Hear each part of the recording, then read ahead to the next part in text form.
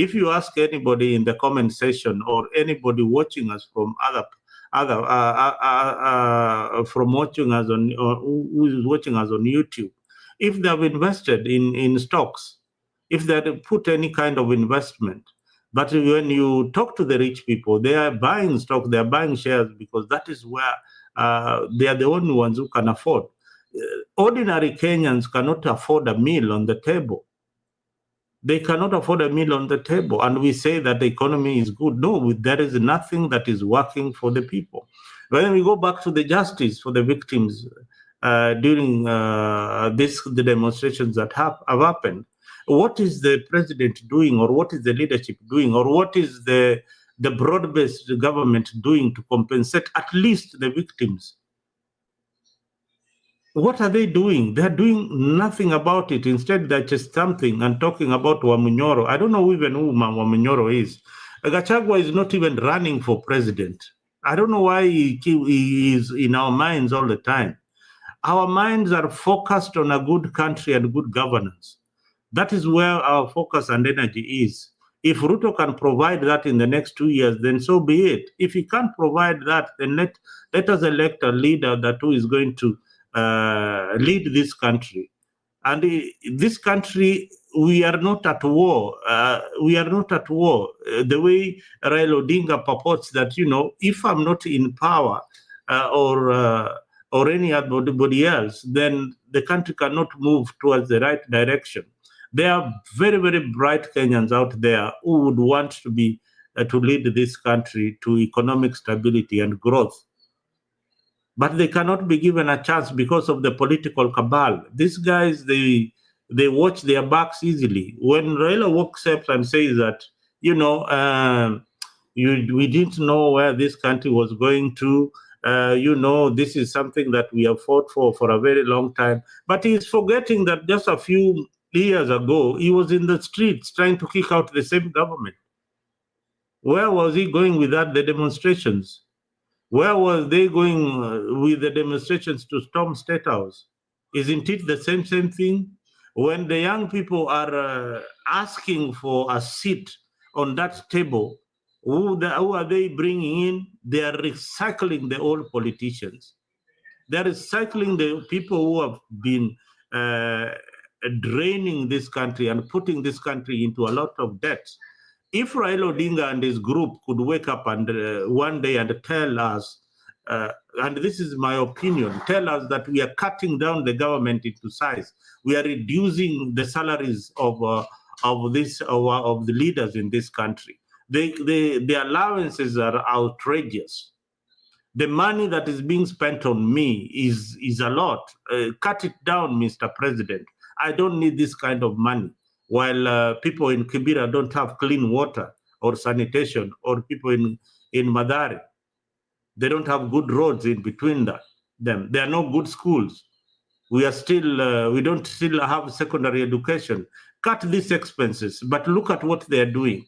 They want to expand the government, while most countries are trying to shift from expanding government to have a small government that we pay. That is productive. So that's how I look at how this country should be governed. We have a huge debt. But what are they doing? They are servicing the debt, but yet there are no measures that they are doing to cut down on the workforce in government, to cut down on the excesses in the counties. Even just the counties, they are increasing what they are giving to the counties. Yet we know that these counties, we are being ripped off by the governors. They are stealing left, right, and center. What measures are they doing? So let us just be cautious. Let us be focused on what we want for this country. We are not igniting any flames, but we want good governance, and we want it to come from the political class, and we want proper direction. Giving children chapatis is not a proper direction, and it should not come from the president. That is work that should have been launched by the governor and a few MCAs here and there, and we call it a day. Otherwise, thank you. Thank you so much, Mzalendo. You're saying that giving chapatis to the resident and also launching chapatis is something that the president should not be associated with. Yes, Mzalendo also raised this concern of insecurity when we're having presidential tour. Also, Jeremiah, we are having a lot of people complaining about presidential tour in Nairobi, whereby some of the people, they lost their properties. We had the goons who were following up presidential You know, Bonnie, let me just add, and maybe you are very young. Do you know when a president, when Moi was visiting, or even Kibaki was visiting an area, that area, first of all, you'd find security everywhere, on the roadside, every other point. You wonder, when there is maandamano, there is a police everywhere. Everywhere. Exactly. But look at the president is visiting an area. Thugs are trailing the motorcade of the president. They knock down a foreigner. There is no statement coming from the president. Neither does the government spokesperson talk about it. This is a foreigner, a British national, is knocked down by the presidential motorcade. Exactly. They don't even stop by to take the guy to the hospital. No ambulance on the scene. Kenyans are watching and taking videos of the person. Look at this kind of society. This society is rotten. It is rotten until we do something about it. God help us. Mzalendo, hata hivyo, huyo British nani alikuwa anafadhili watoto Kibira kimasomo, ambapo the president himself he cannot do that. So unaona wale watoto wameathirika Kibira, sasa masomo yao imegwama, hawataendelea na masomo. And the president himself, hata CDF peke yake kupata kwa hao watoto kwenda shuleni inakuwa ni shida. Is Ruto normal or he's abnormal or he has some mental illness? He needs some checkup. He needs some checkup. Jeremiah, you raised this issue, of course.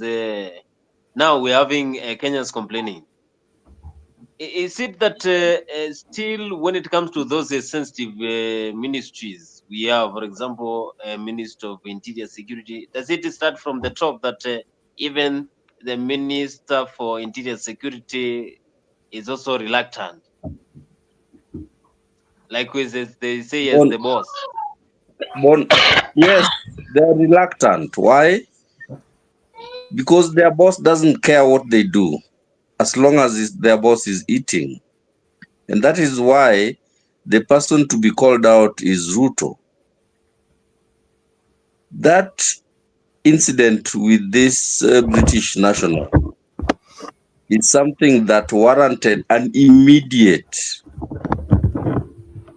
communication from the highest level possible, with an apology and proper investigation to find out how did this happen. And I'm shocked also, in the same breath, that the British High Commission hasn't asked for an investigation into this.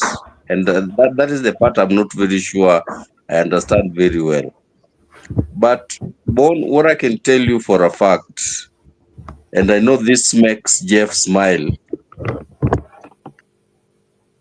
Ruto is not taking this country in the right direction. Something has to be done.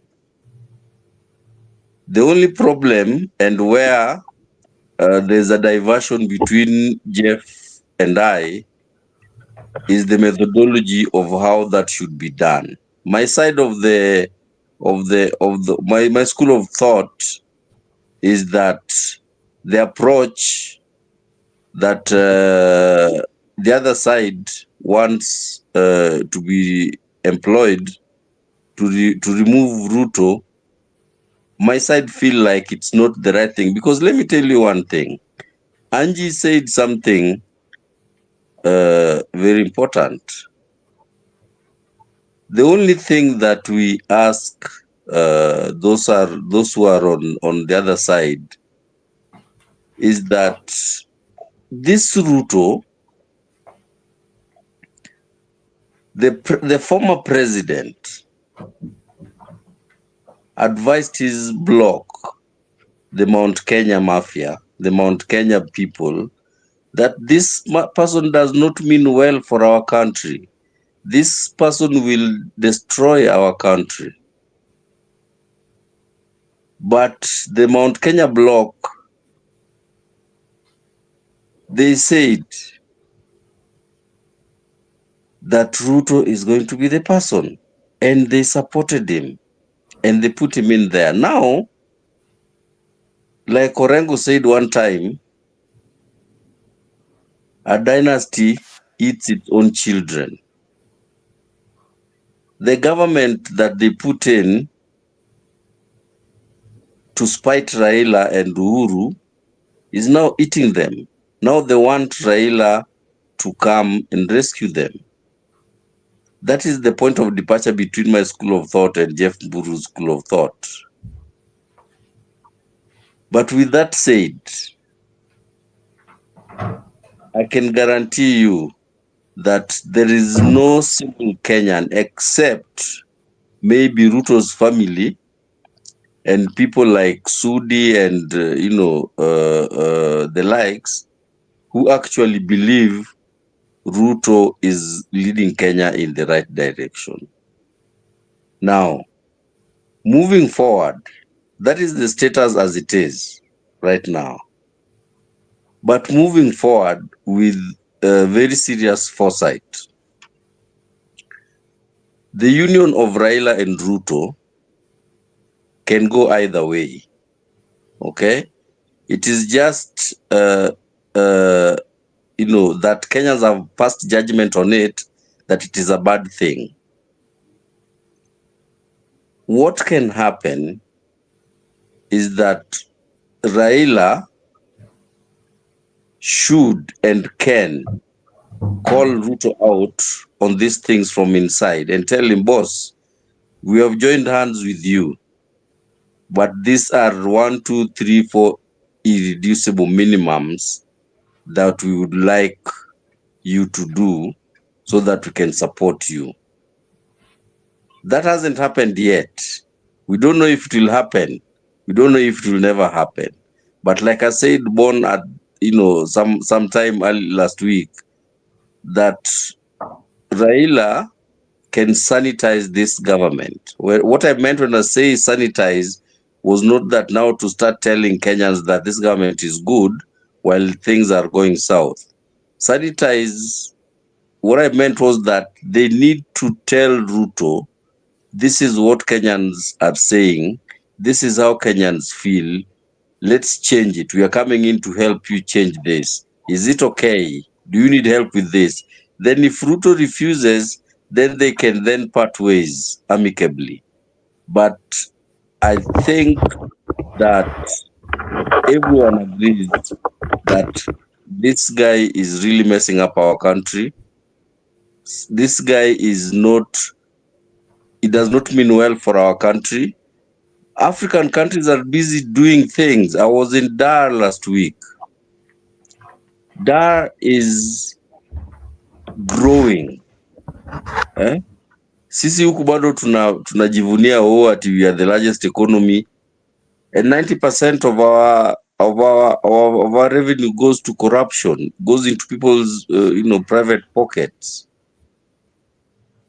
Dar is, you cannot compare Dar with Nairobi as we speak right now. At the rate at which they are growing, the rate at which the economy of the whole country of Tanzania is, Kenya will not see them. In the next 10 years, we'll just be sitting there and laughing. And they're looking at this and they're laughing at us. I saw somebody, a prominent lawyer, today write something that, maybe maybe Kenya is a circus,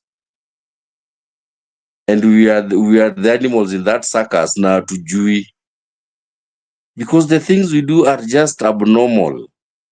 There are things that people look at us from outside and wonder, kwani hao wa Kenya, what is going on with them?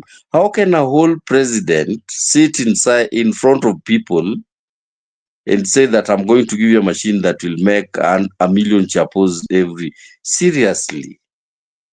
And the children you are telling this to, they are barely able to get to school. They're able to pay. They are barely able to pay their fees. They don't have uniforms. Kibaki left a very free education, system that was working. Where has that gone? The teachers have gone rogue in these institutions. My children go to public school. Yes, they say it's free, but the little things that the teachers want from you that goes directly to them. This dish in a county, 20 bob every day. Every time your child goes to tuition, which is mandatory, 100 bob. The little monies that the teachers want from you in public school, when it's all said and done, they should just tell you, wewe, fee ni hivi, lipa fee, you pay it once and you forget, mtoto aende shule. The president is not addressing that. He's not looking at that as a problem. He's just promising to give them chapatis. While we know the system that is feeding the children, as good as it is just a cash cow for somebody else to make money. Health system is down to the dogs. And the government's Auditor General gives an official statement, not an opinion. An official Auditor General's office says the system that runs the SHA is not owned by the Kenyan government. It's owned by somebody out there somewhere. And the president still wants us to believe that this thing is good for us. It's going to improve healthcare. It's going to fix our social health issues. I think, as much as I support Raila Odinga as an elder statesman of this country, with everything he does, I think it will reach a point where, even myself, honestly, I'm thinking about it. Namburu usicheke. Yeah, I'm really thinking about it. But my problem is that, what is the alternative? I look at this formation of Raila and Ruto. It is a very bad formation. But I look across the aisle on the other side, and I see Gachagua and his team, and I'm wondering now, where is the solution? Because that side is even worse. I do not, in any sense of the word, see the way somebody like Gachagua can lead this country. He has never shown us anything that he has an interest of the country. He only has an interest for the Murema, which is very, very bad. Very bad taste in every Kenyan's mouth, except if you are from Murema. So where do we go?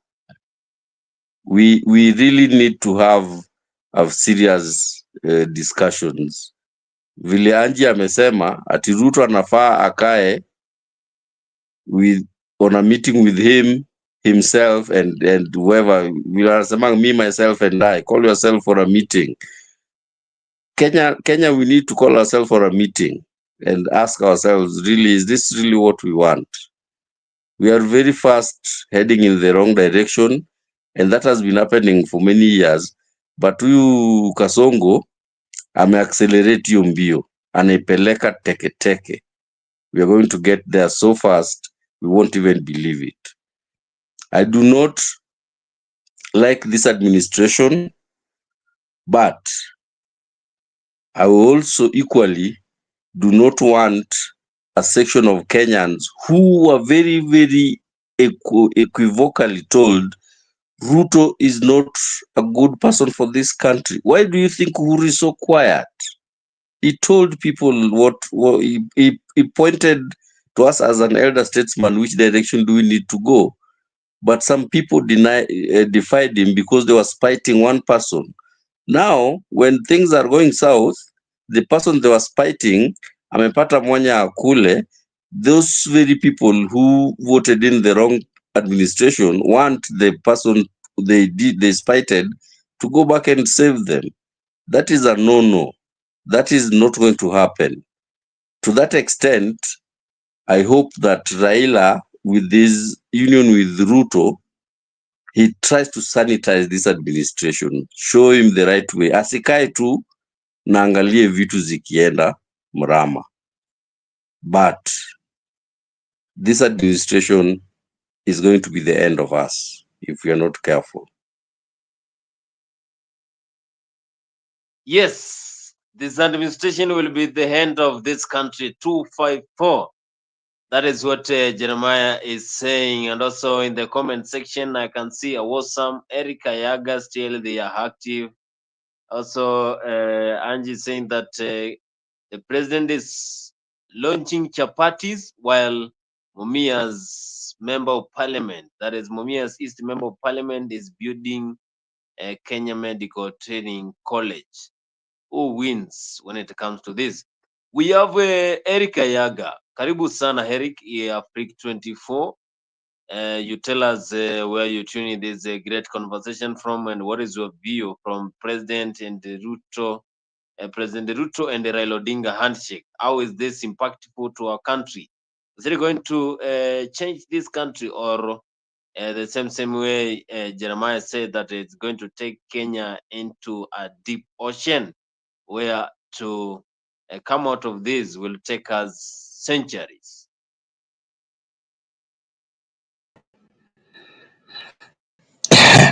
Okay, thank you very much. I'm America. I'm in Nairobi, and you can get me. I hope you can get me clearly. Yes, loud and clear.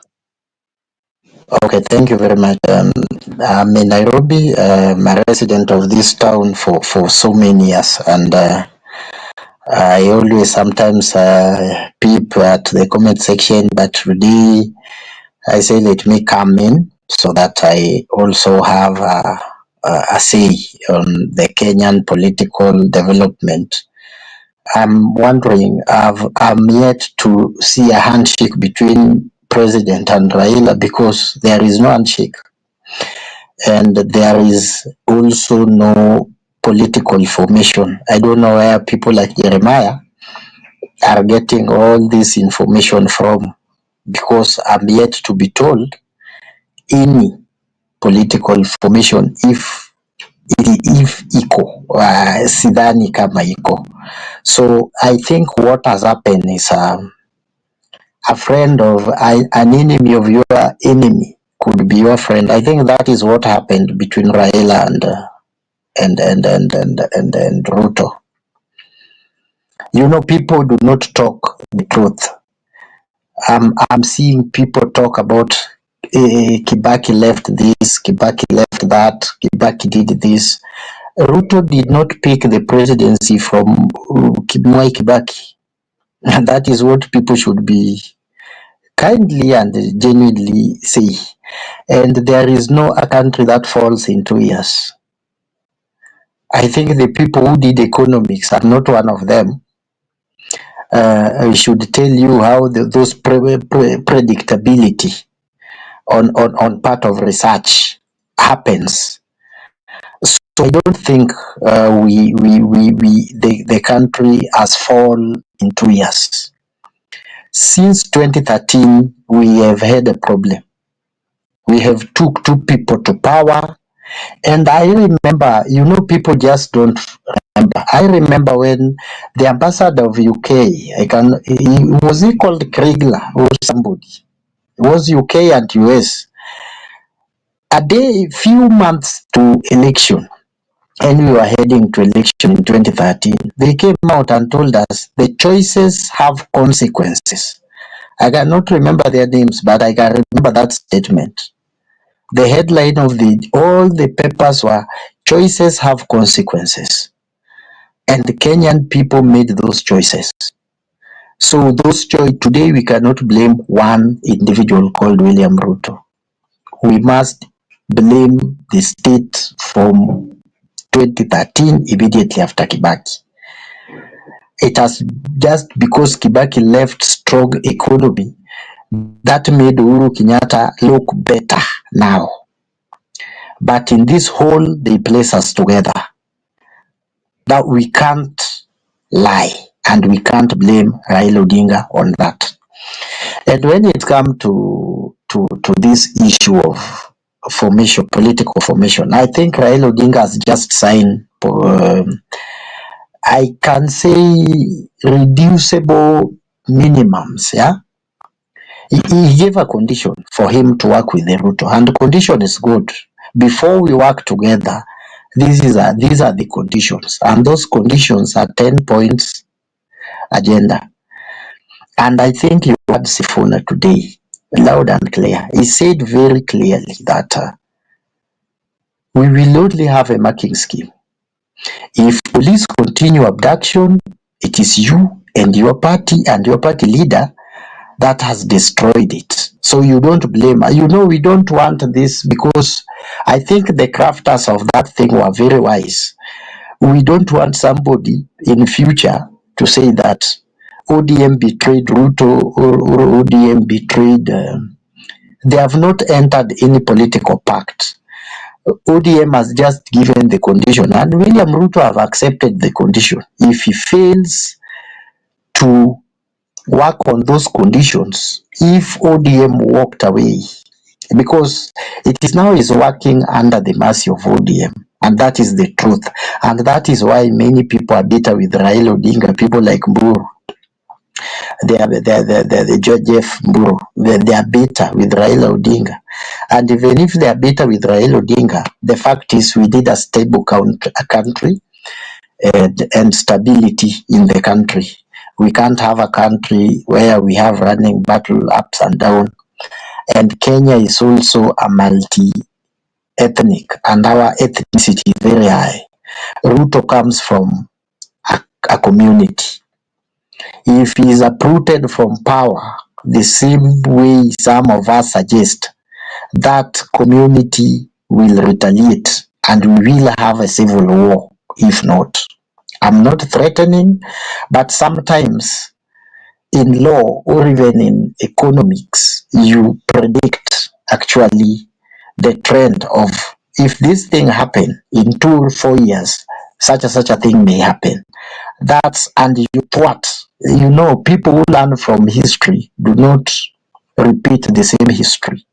So we have learned from history that as much as sometimes we say Gen Z united us, that and that, Kenya is ethnic country. That's why today the Gen Z issue is dead. And I think the people who were opposed to Ruto wanted to ride on that Gen Z. What they don't know, that Gen Z was ODM agenda. And somebody asked me today, why did Raila Odinga betray Gen Z? Raila Odinga never betrayed Gen Z. Raila Odinga was part of that revolution. Raila Odinga hijacked a revolution. You cannot hijack a revolution. You cannot. If truly that was an organic revolution, nobody can hijack it. But if Raila Odinga and his inside circle were part of it, they halt it they call it to an end when somebody else wanted to hijack it. Many people still don't know what really happened and why Raila Odinga actually works with William Ruto. I'm not his advocate, but I will say the truth because I have been studying the political trends in this country. Like we can say every region, every political party, every individual, we have our policies and we have our fears and things we don't fear. ODM was part of this Gen Z revolution. And I think the likes of Babu Owino, they call the shots from inside. People like Sefoda, they call the shots from inside. And sometimes they could even go ahead. They were the MPs who could go ahead and join those people in the streets when they were protesting. And they were blamed advancedly for that. That's why I know Raila Odinga was part of it. And when Raila Odinga called it off, the day he just raised his hand and said enough is enough, his supporters retreated. And I remember the people who thought the Gen Z was part of them and they were the people who were pushing it. They tried to call the maandamano on nane ikakwama. Wakakuja December wakaitisha ingine ikakwama. Hii waliitisha on 12th ikakwama. Wakaita ingine 6th January ikakwama. So Raila Odinga is the one who was running that maandamano. With his own hand, when he say stop, they stopped. And anybody who want to challenge me can challenge me. And but that was the truth. So the reason why Raila Odinga wanted to work with William Ruto is very simple. Raila Odinga wanted to teach William Ruto a political lesson, because William Ruto has become so big-headed that he knew nobody could stop him and Gachagua. So Raila Odinga wanted to teach them a political lesson, and Raila Odinga taught them a very good political lesson by that thing people called organic genes. It was not. So Raila taught them a good political lesson. And in between, there was infiltration. You remember when these guys started, they said the parliament is not working for them because ODM or Azimio knew they don't have numbers to bring any effective changes. And that's why the last minute, Raila Odinga called out his troops, don't participate on this, don't go there and vote. So when the people started voting, the ODM removed, and that's where the infiltration started. So some people infiltrate this a week to the 25th June.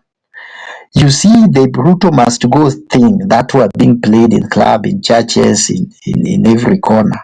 It came after the reject. It was first reject, then comes the wave of Ruto must go. The people who were pushing Ruto must go were the Gachagua people, and we have to tell them the truth. They were Gachagua people, and Gachagua has never come out to deny that. So if there is a person who wanted to take advantage of that revolution, was Gachagua himself. That's why when Baba realized that my worst enemy, the person who killed people, who used to go to the office as early as 5 to kill people when Azimio was doing maandamano of Sufria, is the one who was going to benefit on this. They turned the table, they agree with the Ruto, and the first demand he told Ruto, because at that time now Ruto was working under his mercy, told Ruto to get rid of Gachagua, and that's how the plan of getting rid of Gachagua was made. And that was served, and the card was dusted. Can make noise outside there. And now he's remaining with Ruto because it is very easy to deal with them one by one. So Gachagua left, we are left with Ruto alone. He gave Ruto time. Ruto still misbehaved because there was an imagination of AU thing. So he gave him time. He never want to involve or engage in local politics. So Ruto have his time. We realize that the Ruto minus Gachagua still is a dangerous man, still abducting people. People are still disappearing, some dying, some being released. So when Baba came back after AU, he made a commitment to actually put Ruto to paper. So they signed that document. And I think the people who think Edwin Sifuna is not speaking for Baba, or James Orengo, or Tiende Amolo, those people are the people who are speaking the language that Raila Odinga need to speak, but is quiet. Because even today, they were together and they were in the same plane with the Sifuna. If Sifuna is not speaking for him, he could have stood there because he speaks last and to tell Sifuna off. But Sifuna spoke, Baba never say anything. So now people should know that 10-point agenda. We save William Ruto. We don't want Ruto to blame us and his community to blame of anybody betrayed them. We know he will not implement those things, and that will cause himself, he will cause injury to himself, and that is how he will be removed in power. Once the president is elected, there is a procedure to remove the president from power, not from the streets. Leave alone that Gachagua mentality, that Ruto will be uprooted and then he will be sworn in. That one was very wrong. If you want to remove a sitting president, simple, by not even raising ethnic tension in the republic, is through impeachment. That is in a country that is stable, and through election. And I told people, Ruto will go, but not now, not next year, but in 2027, when Raila will be leaving him at the last juncture. There will be there is going to be a very big political movement, and I don't see William Ruto and Gachagua being part of it. And I don't think the time William Ruto will be left on his own and Gachagua will be left on his own, I don't think they will make any political maneuvers to work together and push and become a competitors. But what I'm seeing, Kalonzo and Martha Karua are there to manage Gachagua, and Raila Odinga is given a time and opportunity to macromanage William Ruto. So it will not take a lot of time before Azimio people comes together with the new guys on board and push William Ruto and this skunk guy. But Gachagua we can't run now. So I don't think if Gachagua can even kaseme Ruto tosha tena after what we have seen. So that there is deep political playing that is going on in the republic, and very soon, I think early by next year, the demand will be very high when Ruto has failed to meet the ODM condition for them to work together. And that's where the rubber will meet the road for them. But for now, let us make a stable country, because between now and 2027, we have a country, and I want to support Raila Odinga 100% on this, because in a stable country, you can go and sell your eggs and come back home. But when there is a running battle, we cannot go to town and do our small, simple. I know there is challenges, yes. The life is hard, not for everybody. And this hard life, here you can't blame Ruto. Yes, there are some policies that are not working that he introduced, but you have to trace this thing as early as 2013 up to now where we are. We should not forget Uhuru. We should not just talk of Kibaki then Ruto. And there is a 10 good years that were wasted in there between by making bravado, building a railway that is going to a forest. I have never seen in my life a railway coming from a port to a wilderness. That thing was maybe a national park. Yeah, I have never seen. And if you look at the cost of that and the debt we have, my friend, and they went for the loans that have a lot of interest. So I think we need to have a stable country. We better have this hot political argument, but at the end, in the morning, you can wake up, go look for a job you do. Hata kama utapata 300, kuja na hiyo 300 yako kula, alafu tuzidi kupiga siasa, rather than having a country where we have running battle between the police, the army, and the people. Njaa ndio itatuua, by the way, tukikaa kwa manyumba. So what I'm saying and what I'm calling for, let us have a stable country. That is number one. Ruto will go, but in 2027, the people who are dreaming of uprooting president in midway, those are the dreamers, and if they want to challenge me, I will be ready to answer them. We tried all those things even boycotting an election, it never works. You can only remove a sitting president through election or impeachment. And those impeachments should be driven from the ODM doesn't want to be blamed. The same way the impeachment of Gachagua comes from UDA, we will support it. We supported it. If those UDA MPs now feels that Ruto betrayed them, they should drive or manufacture an impeachment motion, bring it to parliament, ODM will pass it easy, without fear or favor. If they want to do the same for Wetangula, we are also ready. We will do the same because we want them wakulane wenyewe kwa wenyewe. We don't want to be part of it. And remember, when there is a vacuum, that vacuum will be filled. So if you removed them, mukitusongea sisi tutaingia kwa hiyo space and you don't have the reason to blame us. Thank you, unless somebody have a question. Perfect, Eric. I have a question for Eric. I think he has a wonderful submission, but I also feel that he is misinterpreting issues. And when he says that Raila Odinga was part of the Gen Z's protest, that's a big lie. And he knows that. That Raila Odinga had never been part of the Gen Z's protest. You should also know that the issues that the Gen Zs were raising after the protest are issues that also involve, don't only include Ruto, but also include Raila Odinga. The issues of succession, the issues of recycling old politicians in his camp. These are the issues that the Gen Zs were raising. It is not just about William Ruto. They also raised very important issues that are happening in the country.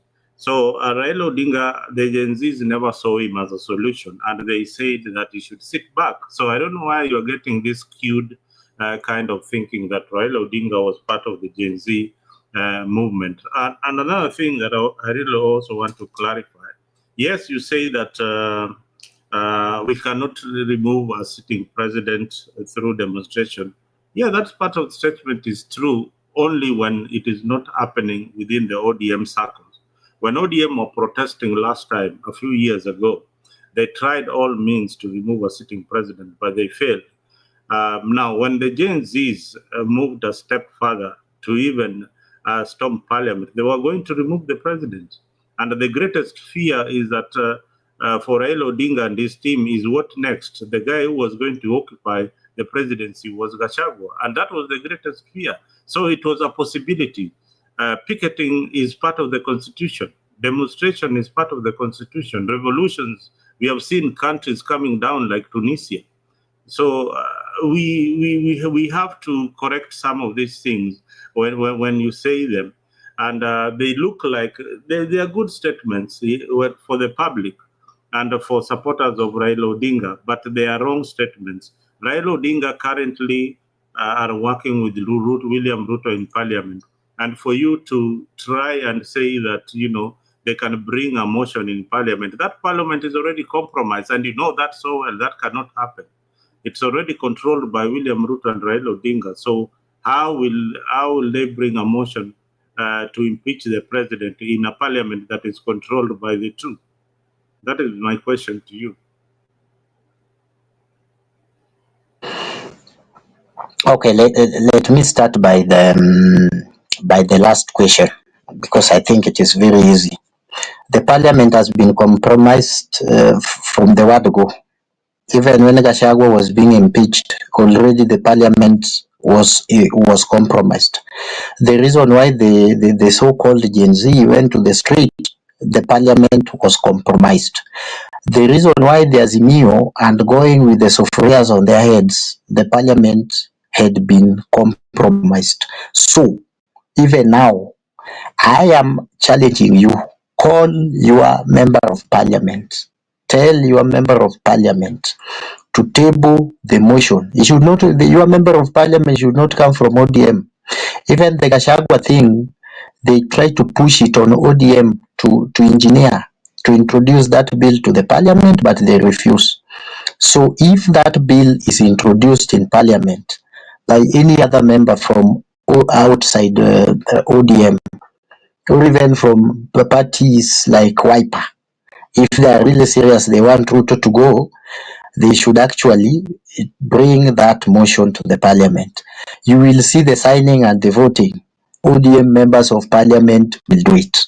That one, take it to the bank. And you can even try it tomorrow or Tuesday. Your first question was about Gen Z. If the Gen Z was organic and they were even against Raila himself, why didn't Raila stop them? Why did Raila call that maandamano off when he called maandamano off? Maandamano went on silent. It was over. It was over. You cannot start a war you cannot finish a war you have not started. I want to tell you today and take it to the bank because you know the truth comes out slowly. Today I have heard the truth about 207. I was in class 8, I think. I was very young when that 207 things happened. SK Mashari had just come out today and told us it is him who was called by others to change those figures. He said it. So take it to the bank that if God gave us life, you will one day realize that ODM was fully behind that Gen Z. And the things that people are calling organic were not organic, and ODM was part of it. That's why even if Babu Owino, my MP, misbehaves in ODM, Raila will never speak about him.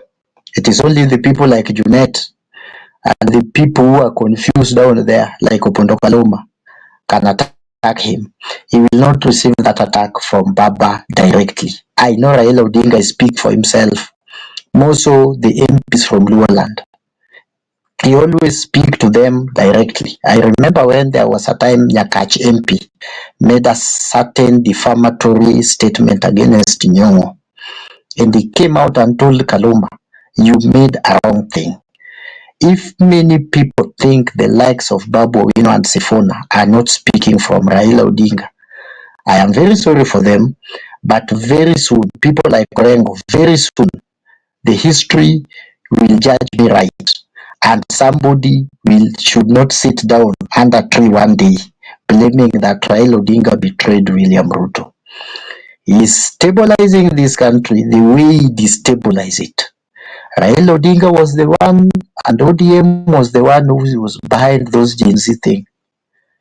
And that's why when he says stop, they stopped. And the people who believed it was not him who was calling, people like Wajigi, they went to the street after that. People like Boniface Mwangi, they tried to went to the street.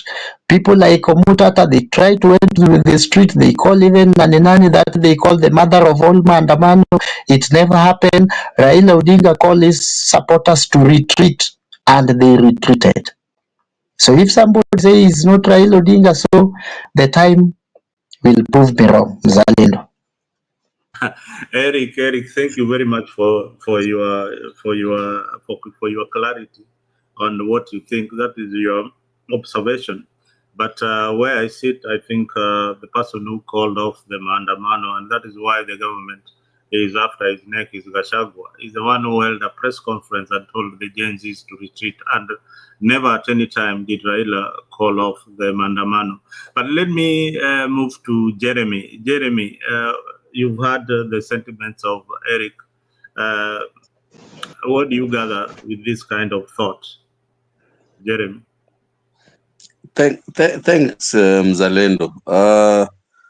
I've listened to Eric, and he has left my head spinning. So much so that I don't even know where to start. He's taking me left. When I'm trying to understand left, he goes right. When I'm trying to understand right, he's going north. Before I understand, he's going. I'm not so sure how I can answer Eric generally, but I think that, yes, Eric, your submissions are your opinions, but I think that they are a little bit far-fetched in some areas, especially when you're saying that ODM was involved in the Gen Z demos and Raila called off how the hell does that even make sense? I don't understand it. You are making this Raila look like an all omnipresent type of human being. Eh? The Gen Zs was an amorphous creation of the Gen Zs themselves. Everyone knows who was behind it. No one has ever said Raila was behind it until you today. So that part, bado sielewi vizuri. The part also of calling them off, I know that Gachagua did do a press briefing to ask them to stop. That was one factor. The second factor, these guys, the thing got infiltrated by government operatives. All right. Remember, let me tell you, in the history of youth campaign teams, Ruto created that idea way back in 1992 Y2K. Eric umesema 2007 you were in standard 8. So I think stories are 92 probably hautaelewa, but let me give you history. Ruto was behind the youth for KANU 92.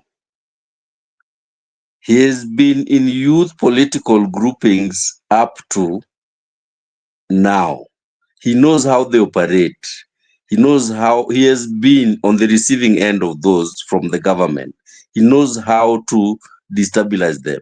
So he knew the first thing is infiltrated, and he did that with these operatives. Wakaingia, so that's why the first demonstration on the first or Tuesday that they happened, it was really a real demonstration of the Gen Zs.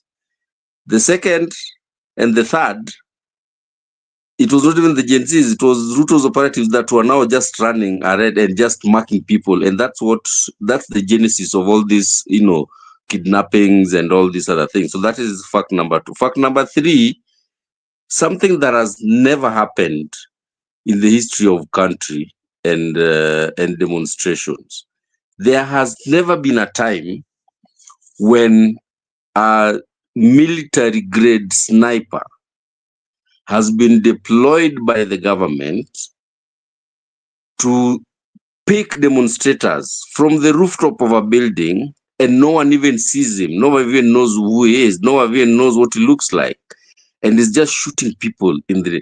That is very scary. Remember how that happened?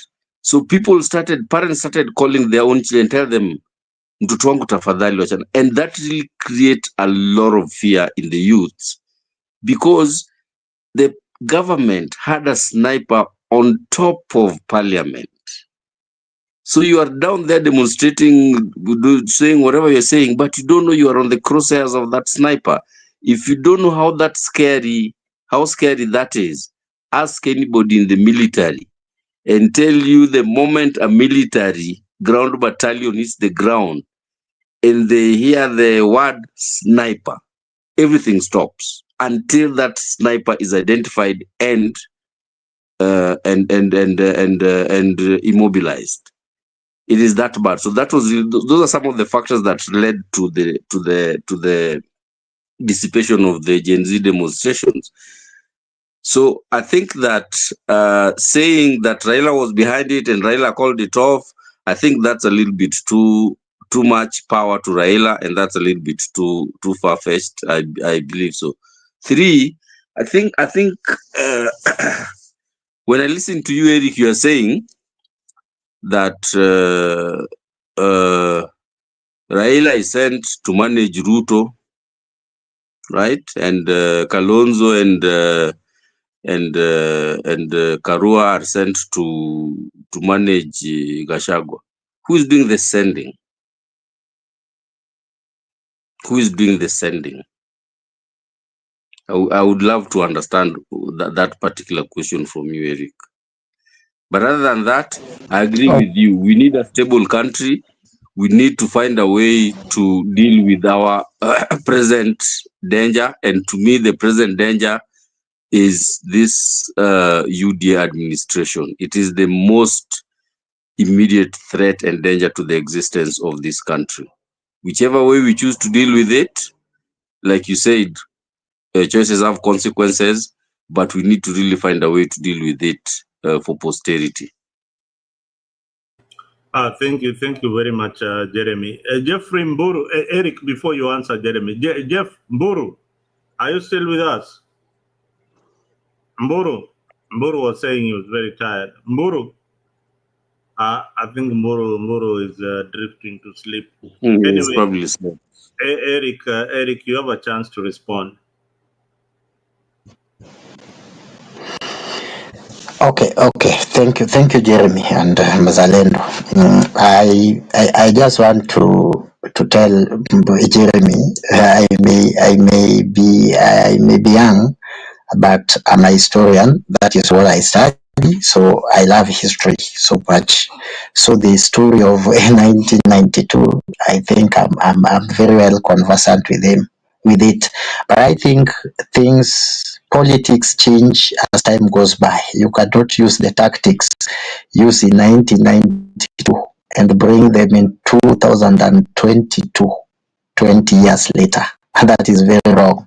So what I'm saying, because dynamics all change, and the things that they were fighting for at that time are also different. So many things, many factors changes. So, and the generation that we are dealing with now is also different with that generation that was there in 1992. But what I want to say is one. I want you to get me loud and sound. ODM was part of that Mandamano. And if you want to know that ODM were the owners of that Mandamano, after the parliament was encroached, it is the ODM leaders who came out when now the Ruto Must Go song was being played, and they said, the war that is being fought now is not our war. And they were calling their people not to go to the street.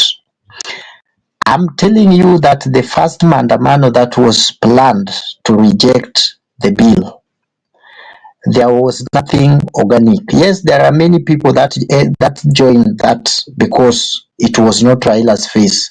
You know, there is a trend in this country, and you know that's why I tell you that Raila is a political camouflager. He camouflages in politics. It's like what we call in my mother tongue a nerf. Yeah, he changes. He can bring his face, but you think this face is not Raila. Raila looks green, but now he looks brown. I want to tell you, one day read that thing and studied it keenly. If ODM and Raila Odinga was not behind that, one day we will be here and you will tell me. They were behind it and they knew everything that was going on, but it was hijacked. That is the fact. You see, the first Mandamano was reject. It was only reject. Remember, Ruto Must Go wave comes the week now to the encroachment of parliament. That's the first week was purely reject. It was reject all over. There was no Ruto Must Go anywhere. The second week, that now leads to the 25th of June, is where the word Ruto Must Go was introduced, and that's the time the clubs, the DJs, because it was being funded, the DJs, and that is the week that you start seeing the people like Wanjigi, the people like many politicians, and even their kids, even the kids of the likes of Muturi going to the street. That is when this thing was being hijacked. So Raila being Raila, he could not just come out and ODM to take the blame and other people benefit. They knew we have started a game. Some people are joining in to dance and they want to read. Yeah? Eric, let me just get some clarification from you, because these are statements from you. The first statement you said, the first statement you said in your very initial submission, that Raila saw this thing going to happen and then he saw that the beneficiary of that removal of Ruto was going to be his sworn enemy. Who is who? Who is who? Wamunyoro. So he Well, decided Gachagua, then yeah. to work with him. Now you are saying that Raila was the one doing. How those two statements don't make sense to me. I don't know if it makes sense to you, Paul. I don't know how it makes sense to you, but those two statements don't make sense. You don't, Jeremy, you don't understand me. What I'm saying, this thing were planned by the ODM and take it to the bank. But when this thing was speaking, and it was now at its home stretch, there was a filtration in the second week. That's when the ODM realized that we are doing this, but some people are now taking a different trajectory, and whoever will go and benefit on this is not us, it is somebody else. That's So when then they went back and they ended it up, and you had ODM people saying theirs was to reject bill. Ruto must go. ODM has never owned it, and even Raila disowned it today. Ruto must go. Agenda is not Raila's agenda. Raila's agenda was rejected. He confirmed it today, unless you are not reading the political lenses. But if you read the political lenses, the part of that of rejected was Raila's, but the part of Ruto must go was not Raila up to today, and they confirmed it. So that song Ruto must go that came in the second week was not for Raila. He could not just come out that time and say, because you know in the course of revolution you don't divide opinion that way, you go slowly. But with the time it is now bare, and you could even listen to people like Wanga who are saying, yes, we have rejected the bill. Eric, you said that I don't understand. Let me just help myself to understand you. So you are saying that Raila and ODM organized the demonstrations to reject. Exactly. Is that right? Exactly. Then now that was being taken over, and then Ruto must go came in from another quarter, right? Exactly. To fuel, and then now ODM comes back and fights it. Exactly. Okay, so it is like going to hunt.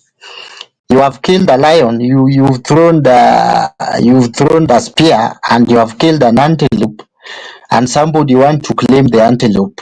That is what happened in simple analogy. If you go and hunt, it is your spears that kills it, and then somebody want to claim because his dogs or his dog was the one that he was immediately after your spear. Yeah, he want to claim it. In my mother tongue, we call it diero, something like that. If I'm very correct, yeah. So the diero person is not the killer. The killer have his parts, and the diero person also have his parts, and that's why when Ruto realized that the opposition is beating me, if they are my enemy, and then there is an enemy that is fighting me from within. That's what made President so much angry with Gachagua. My friend, it is Gachagua that many people make Gachagua look big, that he organized the demos. Where on earth a deputy president who is being driven by a police, sleeps with the police, being cooked for by the police, can organize such a maandamano silently without state knowing? And he comes out because he was also very clever, and many people never want us to go that direction up to today, to blame the NIS. Then our NIS slept on the job. A public officer who works with the NIS people, who could even be mugged backciting a president in Kisumu, can go ahead and organize such a morphous thing minus the state knowing, Jeremiah, we will be here looking very stupid. And we will be here saying that if Al-Shabaab wametupangia, we can't know. Kenya have the best intelligence in Africa. In fact, the fourth after CIA, after Mossad, after M16, and I think the Russia one, or the Scottish Yard. We are number 5. We are even better in terms of intelligence than China. We are ranked higher than China. You can't tell me that a sitting officer, a Ayaga, sitting that is public officer, laughable. What you just said yes, is laughable. Are you what, just talking, or you really have facts to back that so, but intelligence you are saying? Yes, we are ranked. You can ask Google, or you can do whatever research you have. We are all number 5, or if not number 5, number 6. Yes, we are ranked ahead of China for your reason, for your information. In terms of intelligence wise, our intelligence apparatus in Kenya is the best in Africa. Yes, we are even ahead of countries that you think are ahead of us. Kimaendeleo. Google or do your research or ask anybody, and then come here and tell me Ayaga you are lying. So that is what I'm saying. We have the best intelligence. Remember, let me give you an example for your information. If you doubt our level of intelligence, let me tell you, do you know our intelligence crash Al-Shabaab? Remember the same Al-Shabaab walitwanga watu wa Amerika mpaka waka withdraw Somalia. Remember that. It is our intelligence that when they joked with us, cracked them down, we went and even delivered Kismayu. Or you think the military did it without minus intelligence? Intelligence played a key role. So my brother, our intelligence is the best. We can't say Rigathi Gachagua. Actually, that was a mistake to kill a dog. You know, if you want to kill a dog, you give it a bad name. That's why this skunk of Gen Z anawekewa. But I don't think Rigathi Gachagua was so smart. He could have even affected his impeachment. He could have even caused chaos after his impeachment. He could have even caused some little movement when he was being pushed out. Rigathi Gachagua was pushed out with his tail under his legs, and even up to today he's just making noise out there. He cannot make any tangible thing. Yeah? Eric, Yeah? let me fact check you. Yeah, I'm just googling. You know, I'm trying to digest what Eric is saying. I'm just googling the top intelligence agencies in the world. Nimefika 29. Kenya hata iko karibu hapo. What are you saying? Naangalia top intelligence government agencies in Africa. Kenya hata iko kwa hiyo list bado.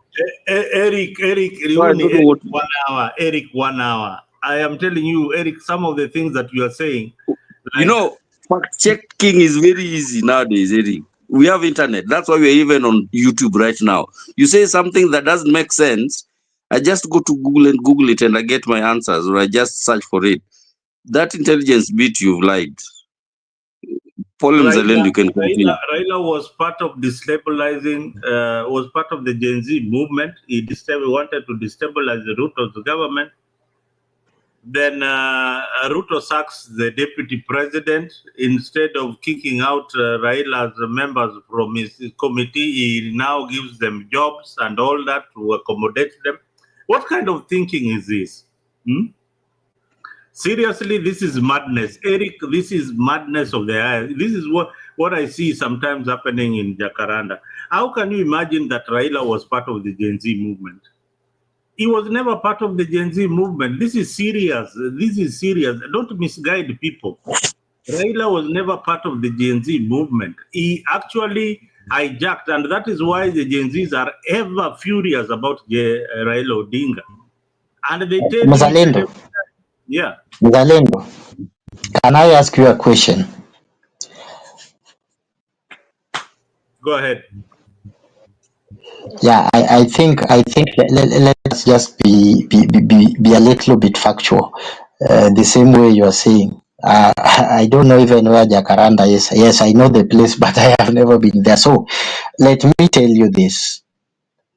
If it is true that that thing was organic, and the same so-called Gen Z tried to call that thing off, call it on after June 25th, mbona wajaiendelea? All because of the reasoning of my brother Omondi, who is saying the snipers were around around the parliament building. Yeah. So, my brother, if there is somebody who was, if Gashagwa was behind this thing, I think even with the impeachment of Gashagwa, he could have just called his troop to the street. That is what Raila Odinga always does when amekanyagwa mahali politically. He calls his troops to the street, and when he feels that he's now satisfied with his achievement, he calls his troops back. I am challenging you. Tell those Gen Zs today, let them organize themselves. We will have a finance bill in less than 2 months. Let them organize themselves and call on another big demonstration and challenge Raila Odinga. It was not you. Now that Raila is working with William Ruto, Raila will just tell his supporters don't go. The same way he told them in nane musiende. The same way ODM called his troops in city January musiende. On 12th December he told his troops musiende. Hakukuwa na maandamano. There was just that fear, but there was no protest. Tukue tu tuseme ukweli. Yes, he was not there in person.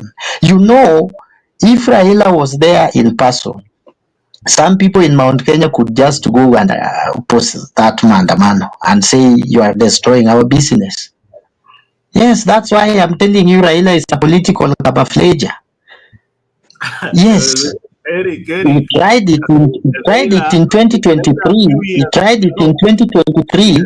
He tried it in 2023. He tried it in 2023, and the people from Mount Kenya came out and said Raila is destroying for them their business. We were almost killed in Ruma here when we were blocked from roundabout ya Kariobangi hii na tukafungiwa tena kutoka pale kwa Moi Airbase. Remember we had to hepa na Raila kutoka kuingia hapa Mathare na tutoke na huko hiyo njia ya number 14 ya Ruma ya huko chini. So, and it was not the police alone. It was Raila backed by the police and the people of Mount Kenya, to be specific, who were beating Raila's people and Raila himself because Raila was destroying their business. So if you think you wanted to see Raila on top of a vehicle heading that Gen Z is when you believe it was him and his party, then you will be wrong. And I think that is what will happen at the tail end if Ruto fails to actually make his commitment true to ODM. Raila will not be on the street. Raila will just do his things and release his troops like Babu Owino and the rest to the streets. And I think you will see fire. Thank you.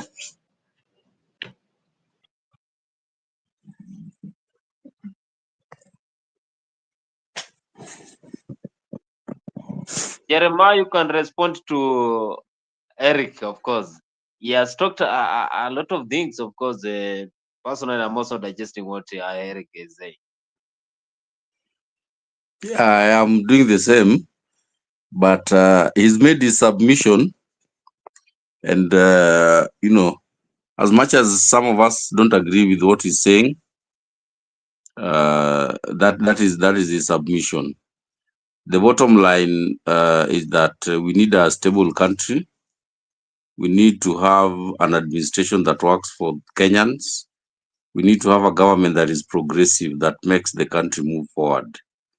And to be honest, that administration is not the current Ruto administration as it's constituted, as it's operating. How we make that change happen is where a lot of Kenyans now have divergent opinions, right? For example, there are people who believe that Raila should not have shaken hands, joined forces with Ruto. Some are okay with it. There are some who say, this, some say that. So that is where the opinions differ on how we need to change the course. But one thing that we all agree on is that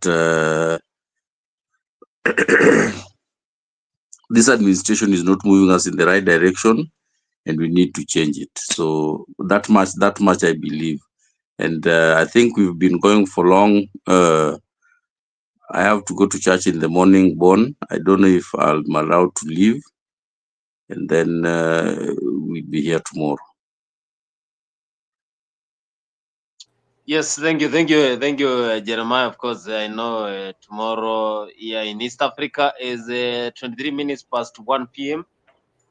Yes, tomorrow is on. Today is on Sunday. For those who go for the fasting service, the likes of Jeremiah, we wish you well, and of course, you pray for country Kenya, so that we can also get a leader who will transform, so that Kenya can match South Africa, for example.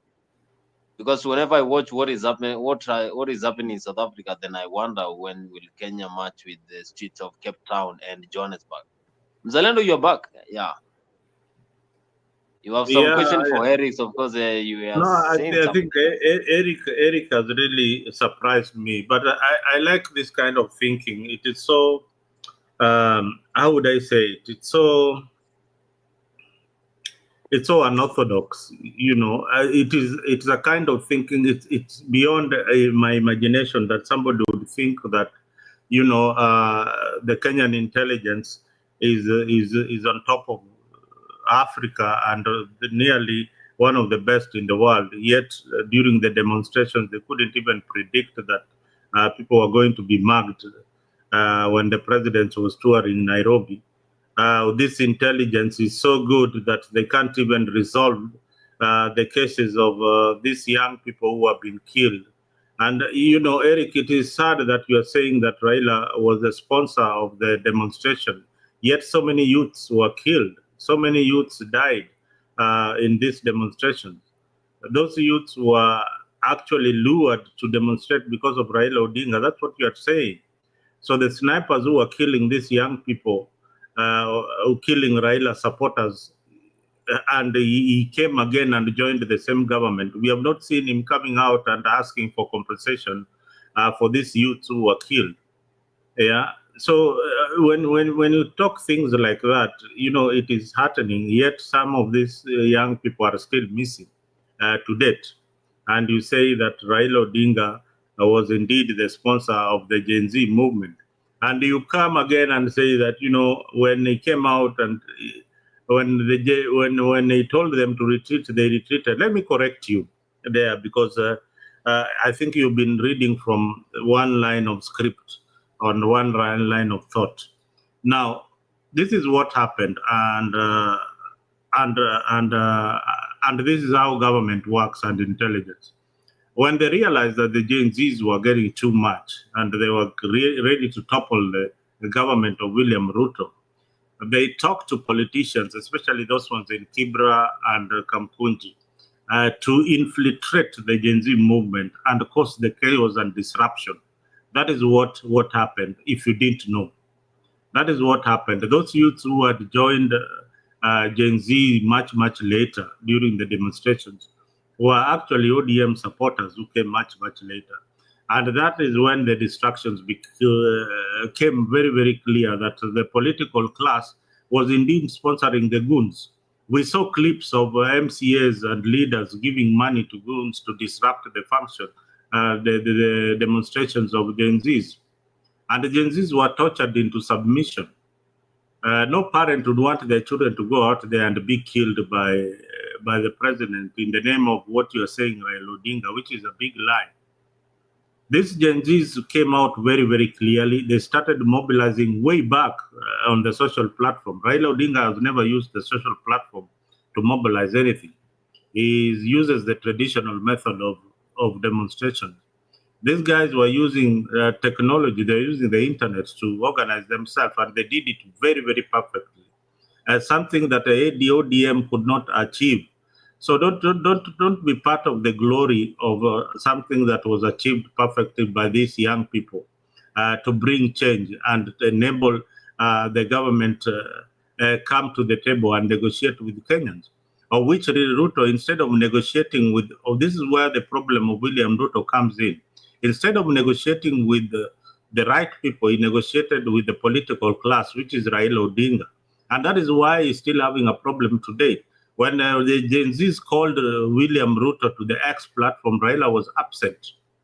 He had no representative there. It was the young people of Kenya who were calling the president and telling him what they want done for their country. So don't try to mislead Kenyans to think that Raila Odinga was so important during the demonstration that he's the one who called it off. Yet we know very well that it is Gachagua who actually pleaded with the Gen Zs, and it is Ruto who made an effort to reach out to the Gen Zs. And when an opportunity came to the cabinet of an appointment, he still recycled the old politicians from the ODM, pretending that now this is a government of national unity. No, that is where the problem is. And that is why these two are going home in 2027. Take that to the bank the way you've been talking here, saying that that Ruto is not going anywhere. They are all going home because you don't read the agenda, you don't read the mood of the country. The country wants change. The country is tired with these political theatrics. The country wants a leader that will represent Kenya and represent all of us. There is nothing like a government of national unity. If you have a good president who understands his role as a president of the country, he doesn't have to call other communities to come in and help him in leadership. He has just to do the right thing. And that's my take for that. Oh, okay, Mzalendo, I will just answer, I think, one or two. Yes. You say Raila has joined the government, but he has not demanded the compensation for the young kids who are killed. Number one, I want to tell you that there is no Mandamano that has never been white Mandamano without a blood. All these Mandamano people always die. And I think sometimes you get so blind by hating things that you don't want even to read. That 10-point agenda, have you read them? If you have read them, one of them is saying compensation, and I think Sifuna repeated today, compensation for the people who lost their lives and the people who were injured during the Mandamano of 2023 and 2024, the so-called Gen Z one. I think if you could have read this thing, you know, the good thing of me, even if I disagree with you politically, I listened for you too much. That's why every time I may have political disagreement with Gachagua, but huwa namsikiza sana. Yes, huwa namsikiza because I don't want to get everything wrong. In politics, my brother Mzalendo, don't go for the spoken words. Go for unspoken. Like even in this thing called pact between William Ruto, go for the unseen. Don't talk and go for the things you are seeing and you are hearing them saying. The unseen one or the unsaid, the unspoken word are more important when interpreting the politics.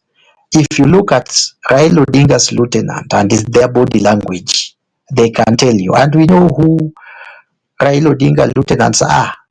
And I don't think none of them have spoken about this pact. You see, I was asking somebody the other day, have you ever seen Raila Odinga signing anything? And Oledamo Lekina is the one who is watching him behind. And Sifuna, who is not even interested, is there in his capacity as Secretary General. Without that post, hangekuwa pale. Otiende Amolo, who ought to be there and telling Baba do that is not even there. Paul Mwangi, who has always been with Raila since even when Raila was signing MOU with Moi, with Kibaki, who was not there. You are going for sycophant. You want to listen for sycophant like Junet Mohammed. If Raila Odinga wake up tomorrow and say, I'm done with Ruto, it is the number one person who will make that noise that we are done with you is Aladwa, is Opondo Kaluma, is Gladys Wanga, and Junet. Now look at the people who can have a stand, like Babu Owino, like Paul James Orengo, like even Anyang' Nyong'o is not even interested. He just gave his point, and he told us in Busia that listen for what Sifuna is telling you. If I look here, uko mbele naona Sifuna. Even Osotsi, who is a party leader, deputy party leader, was not there. Even Joho, who is a party leader, was not there. My brother, let us have some political lenses and always look for the unsaid, the unseen, and the unspoken words or things in any political arrangement. Kuna mtu anachezwa mahali. Na huo mtu anachezwa in a way that we don't want that person to blame anybody. He signed that thing. That thing was signed, and it is them who will break that covenant. And then we will say we tried our best to hold your hand when you are down, and you refuse, so we are done with you. Uko mbele, si hapa. So that is a political predictability that I have on my side. Because I know Raila Odinga. I know the people who can speak for Baba. Not Opondo Kaluma, not Gladys Wanga, can't be Junet Mohammed, can't be Aladwa. But I know very few people, even from where I come from. I can tell you, if you get so and so speak, study the body language, listen for what that guy is saying. If Raila Odinga took a position and you try to cross his position, he always go with you head on. And this time, people are saying Baba has taken a position. It is a belief the same way you believe Raila was not part of the Gen Z, and me I believe the otherwise. It's the same way you believe Raila Odinga has now betrayed people of Kenya by joining the government. But I'm telling you, it is opposite. Maybe he's looking for stability of this nation. After that, everybody will have his cake and eat it. I think I have answered you, because me, I always just tell people what I predict and everything. I have been in Mutembei. I think I joined Mutembei and Mzalendo and Africa. I have never joined Africa, but I have been in Mutembei as early as 2019 when we were campaigning for Mandamano, for BBI. I predicted. Even the handshake, I said Raila and Aoshwa. We were the people who believed Raila and Aoshwa. And I have a lot of problems with my community, my tribesmen. But when it comes to pass, we say, but we warned you. This thing here, Ruto is being played.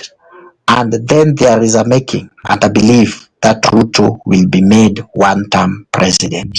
And it's being done smartly so that our mad people who used to start carrying arrows and spears should not wake up and killing the people inside, the people who are staying inside their community. The politics is managed, and the politics is stage managed.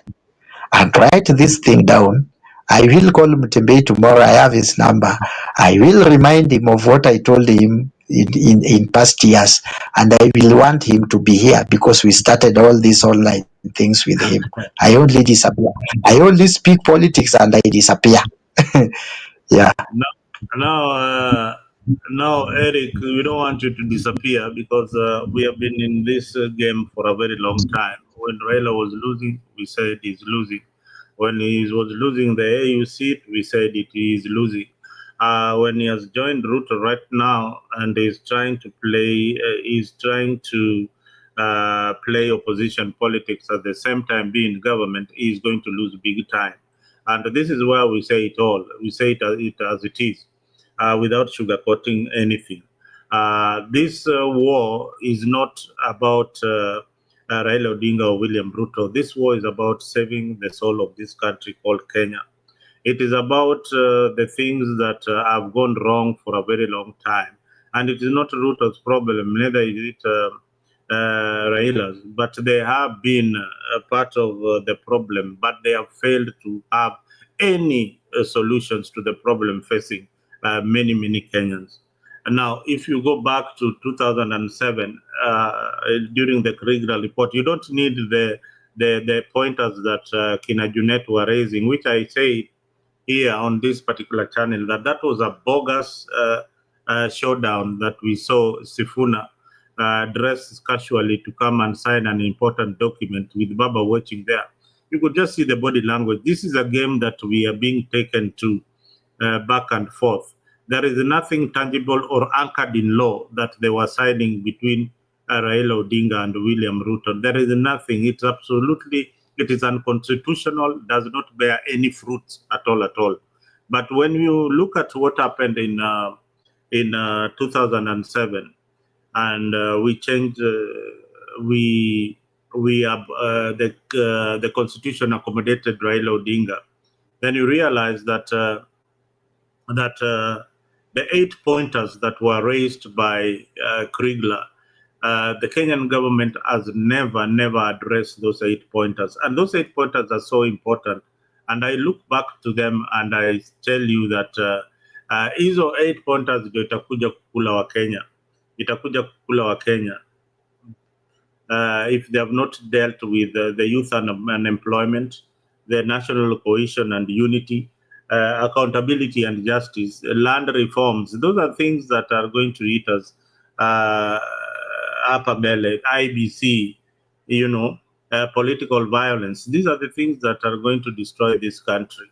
And until when the government of the day, I don't know which one it will be, will address the 8 pointers on the national accord.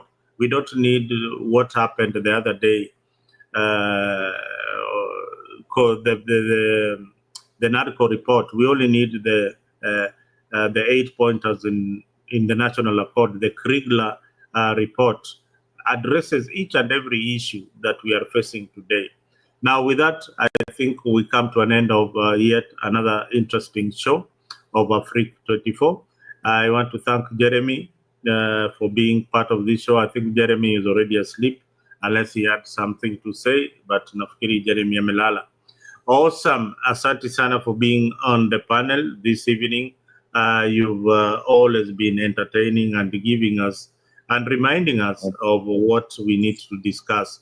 Now, Jeremy is back. Maybe your last word before I close down.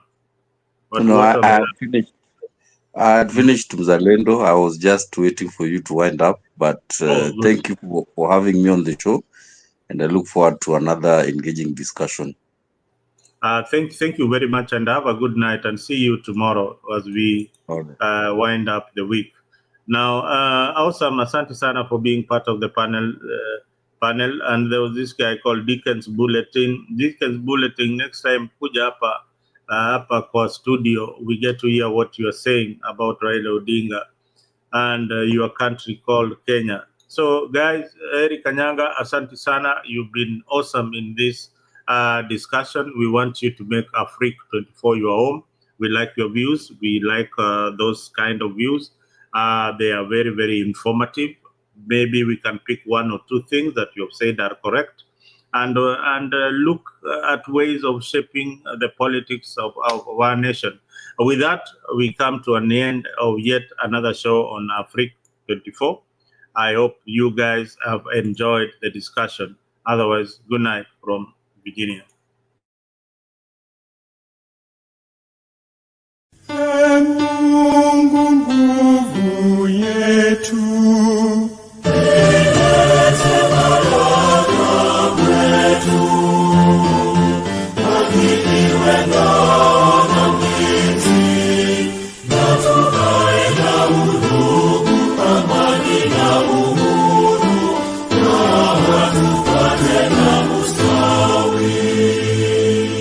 Amkeni ndugu zetu, tufanye sote bidii, nasi tujitoe kwa nguvu. Nchi yetu ya Kenya tunayoipenda, tuwe tayari kuilinda, na tujenge taifa letu. Ndio wajibu wetu. Kenya istahili heshima.